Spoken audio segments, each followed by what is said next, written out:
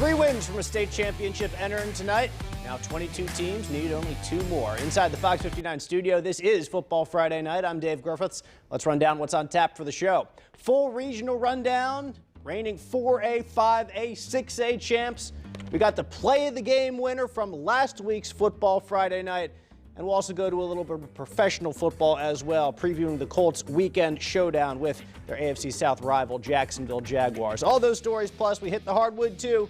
Got to talk basketball when Indiana, Purdue, and Butler are all in action. Those highlights are 20 minutes away. But we begin with the reigning 6A champs and the 7th-ranked team in the nation, according to USA Today.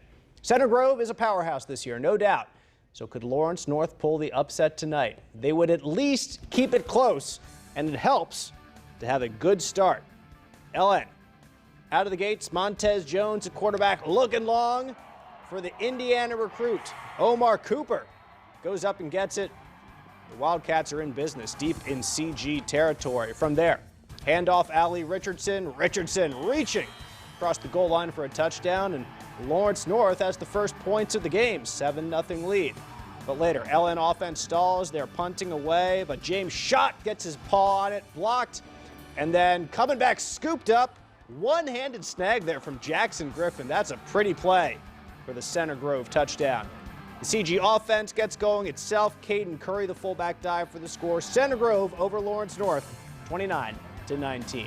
So next up for CG will be the winner here, Ben Davis, hosting Brownsburg.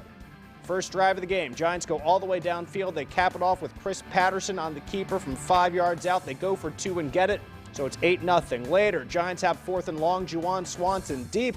Dylan Moore coming down with it. They'd score on the next play. It's 18-0 Ben Davis at the half. Third quarter, Swanson taking it on the QB draw, bouncing outside, finding some green space out there. Goes 40 yards, 25-0 Giants.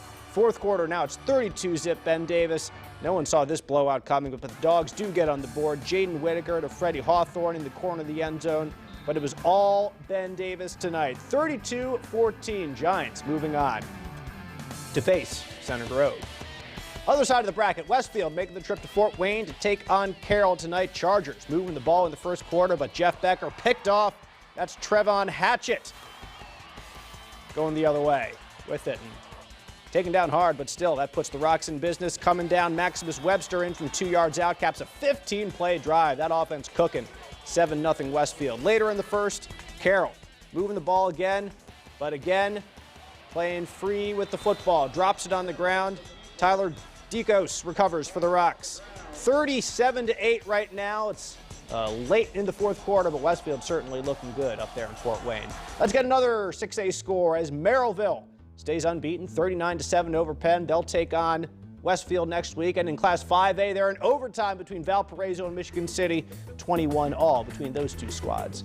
Zionsville's most recent state championship win came in 1996, and that was in Class 3A, as the Eagles topped Bishop Dwenger inside the RCA Dome.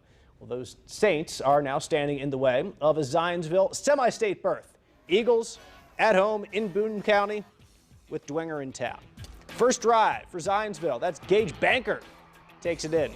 Make it 7-0 Zionsville. After that, very promising for the rest of the game, you say. First drive. Ensuing kickoff, Parker Burns for Dwenger. Getting a lot of blocks, breaking a couple tackles, making a few nice cuts. And that's a heck of a play by the return team for Dwenger into the end zone to knot things up 7-7. Now, Zionsville, when their offense was on the field tonight, did a whole lot of good stuff. Christian Abney making a lot of right decisions. Quarterback keeper in the end zone. Eagles get the victory, 35-14, so they're moving back to the state championship game at Arsenal Tech. or the state semifinals rather, at Arsenal Tech. Reigning champs, Cathedral, taking on New Palestine. Second quarter, 10-7 Irish. Hey, Ben Gomez makes it 13-7. Now, next possession, Danny O'Neill. Looking for his man, finds his man. Over the middle, Jerron Tibbs. Solid gain for Cathedral, setting up further success for the Irish offense. On the handoff, Seth Menser breaks loose, outruns the New Pal defense. Ball is popped out, but he had just crossed the goal line, so it counts. Replay says it's good. 46-yard touchdown, 23-7. Cathedral with the victory. Southeast Indiana now. New Albany hosting Bloomington South. Winner will go on to take on Cathedral next week. First quarter, New Albany with it. Darrell Simmons pass picked off. That's Bloomington South. Murray Ross Harmon. The Panthers will take over on downs. Offense on the field now. They would find the end zone. Gavin Adams, 5 yards out. Scores. Makes it 7-zip. First points of the night. Later in the first quarter, New Albany's offense starts to heat up. Miles Johnson running and gets in for the touchdown. New Albany would go on to cruise from there. 33-14. Bulldogs winners. Last year's Roncalli Mount Vernon showdown in 4A regionals was a battle of unbeaten squads, though dominated by the future state champion Rebels. 35-14 out in Fortville. Same location, same teams tonight. This time the home Marauders hoping for a different result, of course. Roncalli ball. Top-ranked squad in 4A after a takeaway. Luke Hansen breaking loose outside. That is a nice move to gain some extra yardage. Finally able to be taken down by the Marauders defense inside the 5, but Hansen would finish the job, just able to push the pile over the goal line, and it's 7-0 Roncalli Royals. Mount Vernon, though, with the answer. Driving down to the 1, Trevon Hegler up the middle with the score. That makes it 7-7. The Marauders would pull ahead.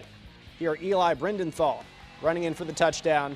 Mount Vernon with the upset over top-ranked unbeaten Roncalli, 27-21. Marauders moving on. They will play the winner of East Central and Memorial. Those two teams play tomorrow, however. New Prairie Lowell doubling up. New Prairie moves on to semi-state next week. They will face Northridge after a 25-7 win over Mississinewa. And as we keep on cruising down in Class 3A, Mishawaka Marion, no trouble with Hanover Central tonight. Final score is 33-6. So Marion will move on to play either Brebeuf or Norwell. Braves, ranked 3rd in Class 3A, already beat the top-ranked squad, and here, looking pretty solid. That's Nolan Buckman to his receiver in the corner of the end zone.